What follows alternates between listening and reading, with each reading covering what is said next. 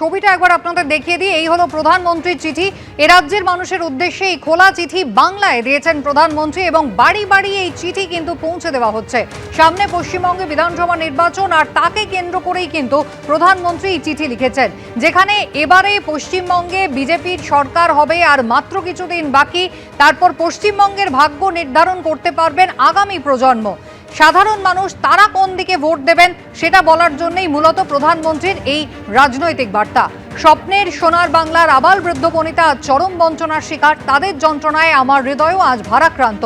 অন্তরের অন্তঃস্থল থেকে আমি একটি সংকল্প গ্রহণ করেছি, পশ্চিমবঙ্গকে বিকশিত এবং সমৃদ্ধ করে তোলার সংকল্প।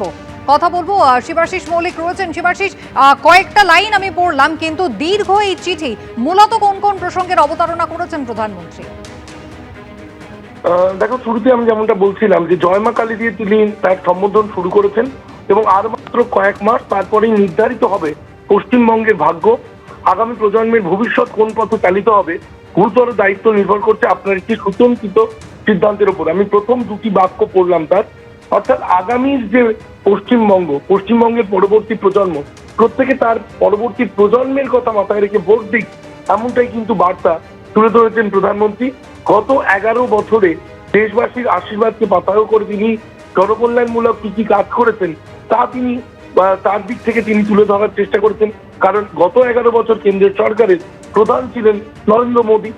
এরপর রাজ্য সরকারের চরম অসহযোগিতা ও বৈরিতা সত্ত্বেও পশ্চিমবঙ্গের 5 কোটি মানুষকে তিনি কি কি দিয়েছেন, জনধন যোজনা বা 85 লক্ষ শৌচাগার দেওয়া হয়েছে, 2.82 লক্ষ কোটি টাকার ঋণ দিয়ে সাহায্যের হাত বাড়িয়ে দিচ্ছেন বিভিন্ন ক্ষেত্রে। এই বিষয়গুলি কিন্তু কি কি করেছেন পশ্চিমবঙ্গের জন্য কেন্দ্রের সরকার, তা তিনি তুলে ধরার চেষ্টা করেছেন। এর মধ্যে একটা কৌশলগত দিকও রয়েছে। কেন্দ্রীয় বিভিন্ন প্রকল্প এ রাজ্যে বা রাজ্যবাসীর কাছে একটা বিভ্রান্তি তৈরি হয়ে যায় যে কতটা রাজ্য সরকার দিচ্ছে, কতটা কেন্দ্রীয় সরকার দিচ্ছে। দুই পক্ষ, দুই রাজনৈতিক শিবির, বিজেপি এবং তৃণমূল, তারা উভয় পক্ষই কিন্তু চেষ্টা করেন সেই প্রকল্পের কৃতিত্ব নেওয়া। এবং এই চিঠির মাধ্যমে নরেন্দ্র মোদীও তাই করেছেন যে কেন্দ্রীয় প্রকল্পের তার যে কৃতিত্ব দাবি করা, সেটা তিনি এখানে দাবি করার চেষ্টা করেছেন। এর পাশাপাশি স্বামী বিবেকানন্দ, ঋষি অরবিন্দের মতো যুগ পুরুষদের কথা তিনি স্মরণ করিয়েছেন। নেতাজি সুভাষচন্দ্র বসুর স্বাধীনতার ডাকের কথা তুলে ধরেছেন। অর্থাৎ বারবার আমি এর আগেও বলেছি যে বাঙালি অস্মিতাকে একটা সময় হাতিয়ার করার চেষ্টা করেছিল তৃণমূল কংগ্রেস। 2021-এর ক্যাম্পেইনে তুমি নিশ্চয়ই দেখেছো যে বাংলা নিজের মেয়েকেই চায়, এবং এবারেও কিন্তু বাঙালিরা পরিযায়ী হিসেবে বিভিন্ন রাজ্যে গিয়ে আক্রান্ত।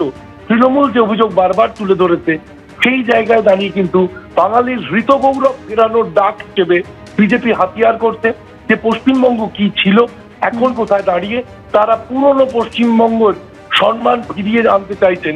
এমনটা কিন্তু এই চিঠিতেও বারবার নরেন্দ্র মোদীর পক্ষ থেকে দাবি করা হয়েছে। এবং সর্বশেষে এর মাধ্যমে নাগরিকত্ব পাবেন এই অর্থাৎ প্রতিবেশী দেশে যারা ধর্মীয় নির্যাতনের শিকার, তারা এই রাজ্যে এসে বা এই দেশে এসে তারা যারা বসবাস করছেন এর মাধ্যমে নাগরিকত্ব পাবেন। তা বিজেপির যে বার্তা, বিজেপির যে আশ্বাস, সেই আশ্বাস কিন্তু এই এসআইআর আবহে আরো একবার তুলে ধরতেন প্রধানমন্ত্রী নরেন্দ্র মোদী। এবং এছাড়া তিনি শ্যামাপ্রসাদকেও স্মরণ করেছেন। সার্বিকভাবে চিঠিতে রাজনৈতিক কৌশলগতভাবে যা যা দিক তুলে ধরা উচিত ছিল, নরেন্দ্র মোদী কিন্তু তার অনেকটাই কভার আপ করতে পেরেছেন। শিবাশিস, ধন্যবাদ।